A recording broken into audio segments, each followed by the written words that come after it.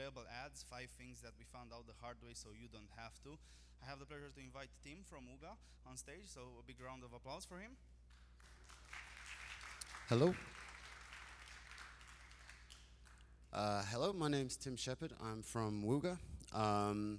First of all, thank you to Catalin and Radu and Dev.Play for having me. It's a great event. I had a great time. So, playable ads. 5 things we learned the hard way so you don't have to. So, if you're unfamiliar with Wooga, Wooga is a story-based casual games developer for mobile. We're based in Berlin. And since 2018, we're part of the Playtika family. So our titles are mostly hidden object and match 3 games. Our flagship title right now is June's Journey, which is the #1 hidden object game on the app stores right now. I'll be using examples from these games as we go. Okay, so we're going to cover a few things. So I'm going to explain what a playable ad actually is, give you some design best practices that we've discovered, some options for production, and how to actually operate them at a campaign level. Hopefully we'll have some time for questions at the end, and there is audience interaction, so get ready. Okay, so quick overview of the history of playable ads. So first off, for about as long as there's been mobile games, there's been ads in them. But not particularly the most sophisticated integrations, such as banner ads stuffed wherever they would fit. This became full screen interstitial, which became full screen video, and then rewarded video really brought on the advent of in-game advertising. And we believe that playable ads are at least a big part of the next evolution of in-game advertising. First off, I'd like to get an idea of who's actually in the audience. So hands up if you're a mobile developer. Okay, a few. And who's in games? Who's on a games team and who's on a marketing team? So games team first. Okay, a few. Marketing? A few less? Okay. Okay, cool. Good to know. Right.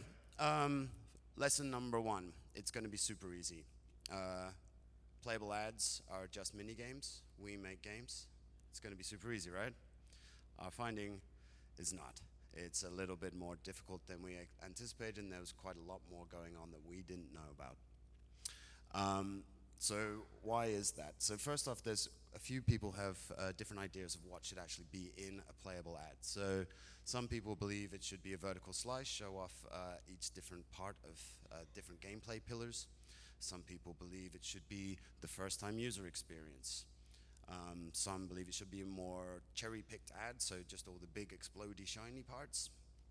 And others think that you can just, as long as you're communicating the brand, then that's enough.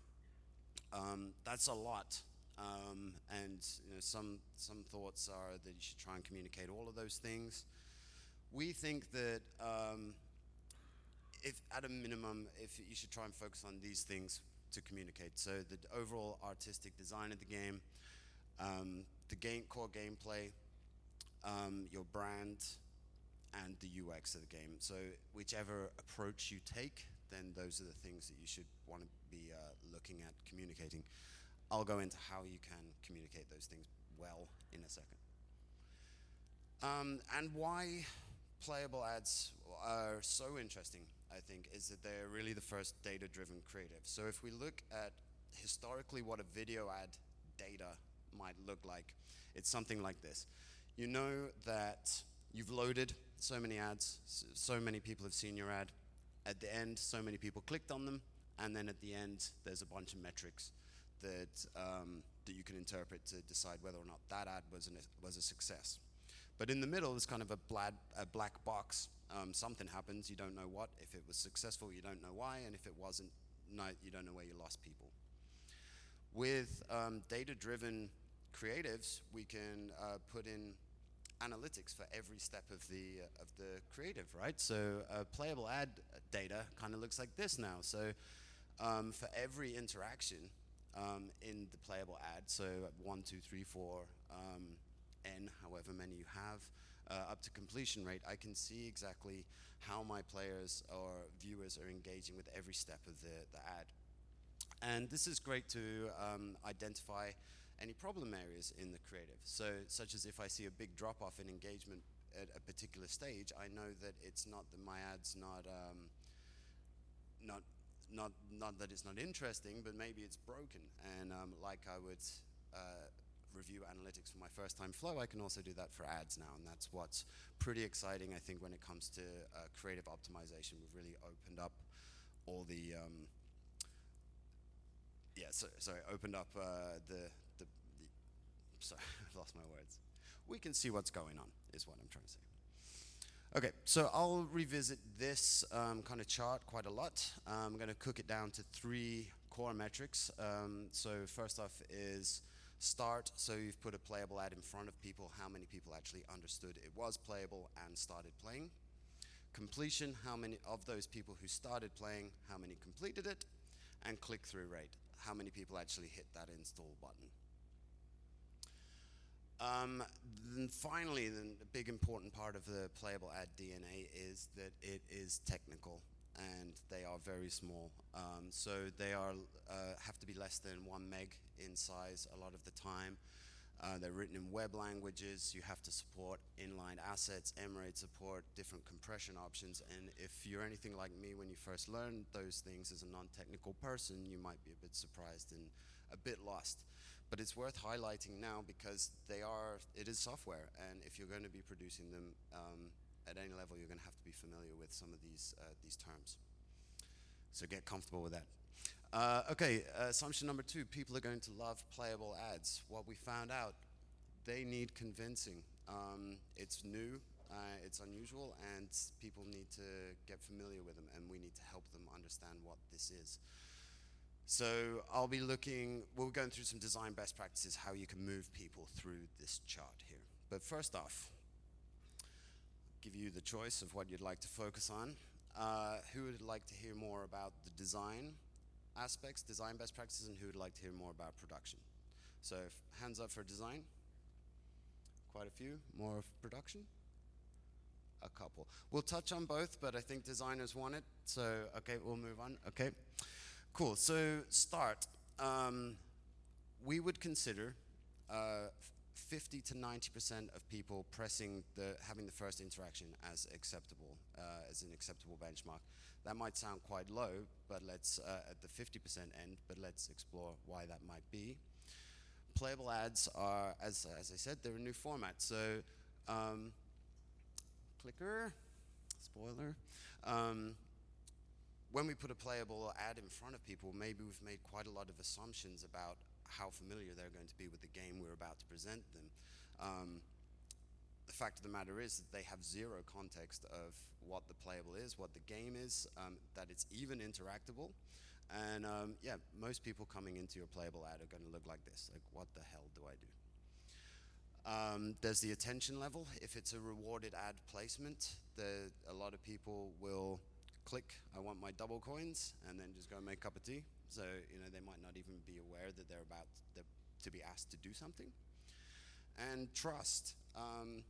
We are internet people. We know that you don't click on ads under any circumstances, right? We're not stupid. So, we've got to get over these pretty big hurdles to get people to press that button in the first place. So here's an example of one of our earliest playable ads. It's a hidden object scene, and we want players just to have a little taster of our hidden object gameplay. We want them to find these items listed on the bottom. And we knew we wanted to make it accessible, so we put a big cake in the middle, and we animated a hand over the cake, and we circled the word cake, and we wanted them to press the cake. They didn't. So it was pretty frustrating. It's like, well, what else do you want? So we took another pass at it, and we thought, okay, like how can we make this unavoidable, right? So this was our second approach. It's pretty dramatic. You might notice this pretty subtle call to action at the top. But the lesson is, with playable ads environment, like, it cannot be any more idiot-proof. Like, just keep thinking how much more simpler and straightforward it could be. Other little things you can do to this, I mean, you can have like typical text hints, tap to continue. You can have idle hints. yeah, so highlighting the action, or you can even automate the action. So if they're not clicking, click for them, move it on, keep them going through the experience. Okay, so assuming they've started the ad, how many people finish it? So if you're a designer, you're probably familiar with this concept: keep it simple, stupid. Much like the first interaction, you need to keep it extremely simple, stupid. So we would again consider 50 to 90% of a completion rate as acceptable, and it's okay if you have a gradual fall off stage by stage through your playable ad. So you can see these two bars. It's fairly it's fairly consistent as players are moving forward. I would say that both of those cases are acceptable, even though they have different completion rates. But again, going back to our ability to look at data, if you see a significant fall off between 1 and 2 stages, then that's when you realize you've got a problem, and that's when you want to go and dig into your games design and see if that's anything you can fix there. Okay, so getting people to complete it. So let's say, well, it doesn't matter what game you have, difficulty, how hard the experience is what's going to be the thing that moves people through or not. So for us, for example, for hidden object scenes, it's quite easy to tune difficulty. It's simply how difficult are the objects to find. So, you know, is it the singer or the trombone there, or is it the purple martini glass on the curtain at the back, which you probably have to squint to see a little bit. So we try and keep things pretty easy. And we've found what works for us is typically 3 to 5 taps or an experience of around 30 seconds. Of course, this is going to be different for everybody's playable ads, but maybe these are kind of benchmarks which can help guide your decisions. A progress meter is an important part of UI to make sure when you start playing a playable ad, you want to know that you're just there for a good time and not for a long time. So make sure people know that we're not going to keep you forever, just find a couple things and move on.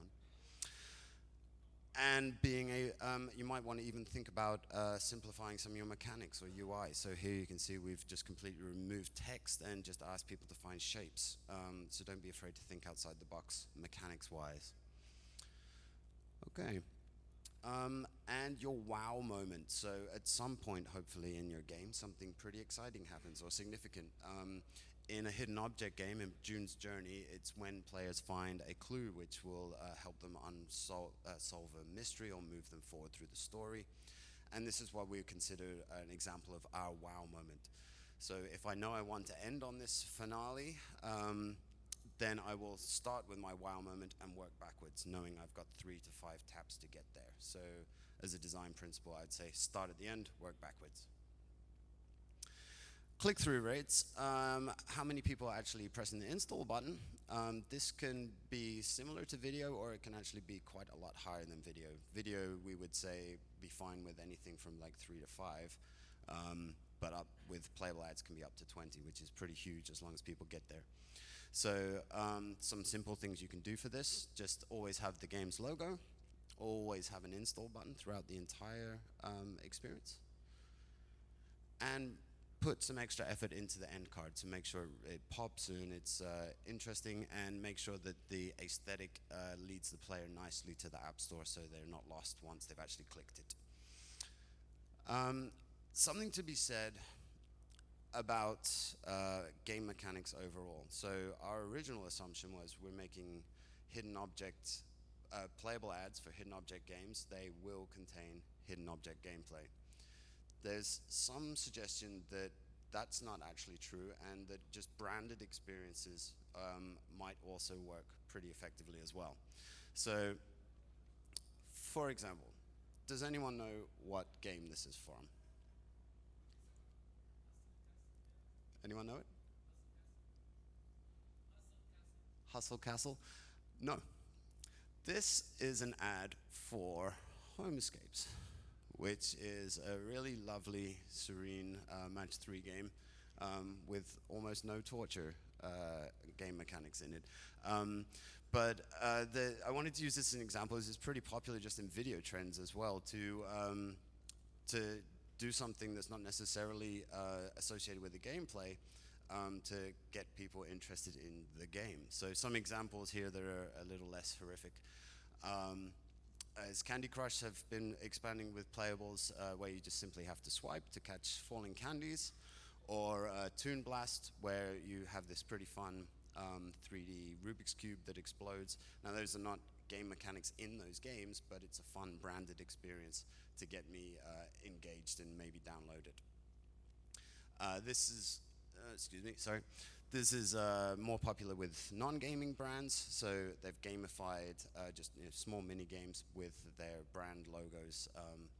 Also pretty fun stuff compared to just making out about ordering on Amazon, perhaps.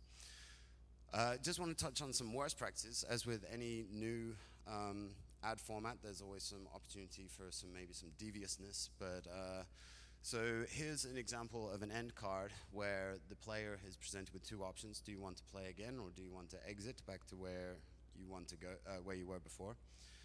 It doesn't matter. Both those buttons go to the App Store, which is going to be great for their click-through rate, but it's going to be a crappy experience for people engaging with playable ads for the first time. So and they might not want to do it the next time. So I think we try and stay away from these types of misleading behaviors. So just a quick summary of the design best practices. Manage expectations in that these things are small, they are technical. You're not going to get a verbatim game experience in, but try and get what you can. Communicating the concept and not necessarily the details of the game. Remember your goals, which is the install, not necessarily recreating your game in web. And work backwards from WoW. Okay, Marius, could we jump to slide 60, please? I hope this works. So, I don't think it's working, so I'm just gonna have to skip through here. Imagine that you're not seeing all this. This is what I would have shown you if you wanted more production. So, it's the same stuff, but lighter. Okay, cool. So you didn't see all that happening. Cool, and we jumped seamlessly to slide 60. Okay. Just a mini game production. Actually, it's a completely new dev pipeline. Everything we know about making games is actually a little bit different when it comes to making playable ads. So another audience participation, and I can see this backfiring already, but who's actually making playable ads right now? Couple of guys, okay. If you're considering making playable ads, would you make them in-house or would you outsource? So, in-house? And outsource? Okay, so maybe a couple more for in-house. All right. When you are trying to think who in your company has the competency to develop a playable ad, you would think of the things that a playable ad needs to contain and which teams might have those skills. So, because it's software, obviously the games team's probably got more experience of building software. But when it comes to branding, marketing, messaging, then maybe a marketing team has some of those. So it's always a decision on where does this competency lie. If you are a Unity team, as most games companies are, you may find that this question is still open-ended because you can't use playable Unity to make playable ads yet, at least. So you have to explore some of your other options. Okay, so what are those options could be? So it really depends on how complex your game is. If you're making something in hyper-casual or maybe one of those small branded mini-game experiences, then it's pretty straightforward to build things in HTML if it's not built there already. If you're building something slightly more complex, you might want to enlist the use of some Unity-like engines such as Default or Phaser. But there are also quite a few platforms coming out that will do the heavy lifting of development for you and just expose some of the things, a few variables for you to tweak as you go. So like Playable Platform or Trace Enzo. And if you have an action-heavy 3D or graphically complex game, you might want to explore interactive video. And I think it's quite important to distinguish the difference between these, the options at the opposite ends of the scale. So if you're not familiar with interactive video, it is what it sounds like. It's a video that stops and starts and asks players for an interaction to move it along. So I'll start playing a video, then I'll stop it. I'll ask player to tap a button or swipe or make an attack movement until we get to the end of the ad or the end of the video clip. A good example of this is in Contest of Champions, which you can play on the Google Play on the Try Now button. And it's a really good solution if your game just basically wouldn't fit into HTML5, especially not in a small file size, and if you have a linear game experience. Where interactive video starts to fall down is if you introduce any kind of user agency. So here's a comparatively simpler game, a hidden object scene where the player just has to choose one of these three things. But because I've given them agency, I need to create video clips for each of those three options. And then after that, I need to make another set of options based on what they did before, and again, until we get to the end. And you can see that this becomes quite a bloated file size with not much of it actually being seen at any point. So to summarize, with code, it's way more flexible. You can build anything, though it can be more expensive and slower to produce. But with interactive video, sometimes it's the only option available to you, depending on what your game is. And it is relatively quick, though the file sizes are also typically can be too large for some of the networks that require your file sizes to be small as 1 or 2 megs. So you really need to choose your production solution carefully. Okay, so one quick click publishing. When we create video ads, we take that video ad and we throw it to all of our networks that we're advertising on, and it's fine, it works great. And with playable ads, we discover there's actually quite a lot of cases to handle. This goes back more to the technical challenges, and this is a quick one. It's worth taking a photo here, I think. I won't go through all of this because it's so dense, but I wanted to highlight how much there is to know as a person producing playable ads. So each of those things on the left in purple is a potential requirement from each of the networks, and then here's some examples that how they vary across networks. So yeah, it's just a lot of different cases to handle, and yeah, just so you're aware of, don't say I didn't warn you. Okay, and here, if you'll just close your eyes while I skip ahead again, because this was the outsource bit. Okay, perfect. You can open them again. Okay, and assumption number 5, fire and forget. So I thought that as long as I produced a good playable ad, then hand it off to the UA team, it's going to be fine. But actually, there's quite a lot to have to handle on the UA side of things as well. So let's imagine that I've built a playable ad and it's wonderful and my metrics are looking very healthy. I'm super happy. And then my UA manager comes to me and says, actually, there's not very many of these ads being served, so that's a problem that exists outside of the actual software itself. Or maybe the ad is being served, but the users that I'm getting are not performing as well as I wanted to. This is another problem that somehow ends on my table. So if the problem is not here, because we can see from the analytics that the software is actually good, then it's here in my campaign configuration. And yeah, this is some relatively new learning for us, but I'll just go through a couple of campaign gotchas that hopefully will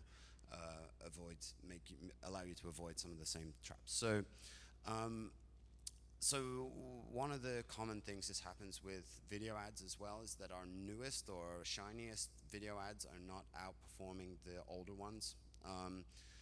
And one of the reasons could be that there's a data bias. So these are all networks largely built on machine learning algorithms, and if you have an older ad, it's got more data attributed to it and it can perform better. The learning from this one is patience, which is a bit of a cop-out, or to make lemonade. If you have a crappy ad that's performing, then of course don't stop serving it. But what's important to remember is you've got to allow the machine time to learn, and don't jump to conclusions. Don't think because your crappier ad is doing better than your nice shiny one that you need to go back and make more crappy ads. That's not the lesson to learn. Okay, the second is a little more troubling. Your shiny new ad is not performing at all on any metric. And you could be very frustrating because they're not easy to produce. And this is just a hard truth. Some concepts simply just don't work as playable ads, and it's tough and it's heartbreaking, of course. But like games, you've got to have some more eggs in your baskets. But what you can do is feed the machine, which is with these networks that require lots of data to learn, you need to give it the data to interpret. So I would recommend a solution that allows you to create lots of iterations of one playable or several playables. So give yourself lots of variables to expose, especially visuals, and keep cranking out different versions of these ads to put into the networks. And then hopefully that will help you gain a little bit of traction. It's also fine to experiment with some of these weirder, less obvious concepts, because you never know what's actually going to click with the weird internet community. Okay, and if your campaign's not scaling at all, if your costs are higher than you're willing to bid to actually show these ads, then we found that the creative mix can be a bit of an issue. So if you've got videos in with your playable ads, you might want to create, sorry about the text here, a playable only ad group. So how are we doing on time? Okay, cool, sorry, the timer didn't start here. Okay, so quick summary. Playable ads benefit from a broad skill set, technical and marketing and artistic, to execute well. Don't underestimate the design work required to keep things really simple. Select a production solution which is going to work for your game, but also allow you to rapidly iterate. And a little technical knowledge is going to be essential for anyone who's owning this process. And campaign configuration can be as much of a challenge as production. And I really believe that this is just the future, the beginning of the future. So if we have time for one more, a bonus round. So hands up, who would like to play the bonus round? Who would like to get out of here? Good. Yeah, it doesn't matter because both, in this case, both buttons go to the next thing. Okay. Okay, so let's imagine this scenario that we have 5 player profiles, and we suspect that they all respond differently to 5 different marketing messages. That means I have to make 5 different videos. Now imagine a scenario where I've got all my different parts of all my different ads in a big pool, and as I'm training my data, my machine learning algorithms, my networks, I can identify which bits of data work better and which don't. A user comes along, and based on what I know about her, maybe through targeting or maybe how she interacts with the ad at the very get-go, I can make assumptions about which are her preferences for data. Then I can build an ad on the fly from my data pool based on what I know works and what I expect that person to like. So what that might look like in real terms is, so say I show one ad to the same 5 people, and I ask them at the beginning, hey, would you like something more action orientated or maybe something more relaxing? And then of the people who say, I'd like to see some action today, please, I can pull parts of an ad that show some cars blowing through sheds and some creepy guys with guns, and create an ad experience for this person who's going to enjoy it. At the same time, I can pull different parts of an ad for people who want a relaxing experience. So this relaxing, calm, beautiful island builder. And these are all parts of the same game and the same data pool. But I've customized my message for people based on what they've said that they wanted to hear at that time. And if that's sounding familiar, then that's kind of the point of this whole thing, because that's what I did with this presentation, which is kind of freaking meta. And this is the sound of all your minds being blown. And, yeah, thank you. So thank you. I hope it made sense. I hope it was enjoyable, and I hope we have time for questions. No. Yeah, we will start in 1 minute. So okay, but yeah, you'll be around, I guess, and you can take questions from people. Yeah. Thank you, Tim. Thank you so much.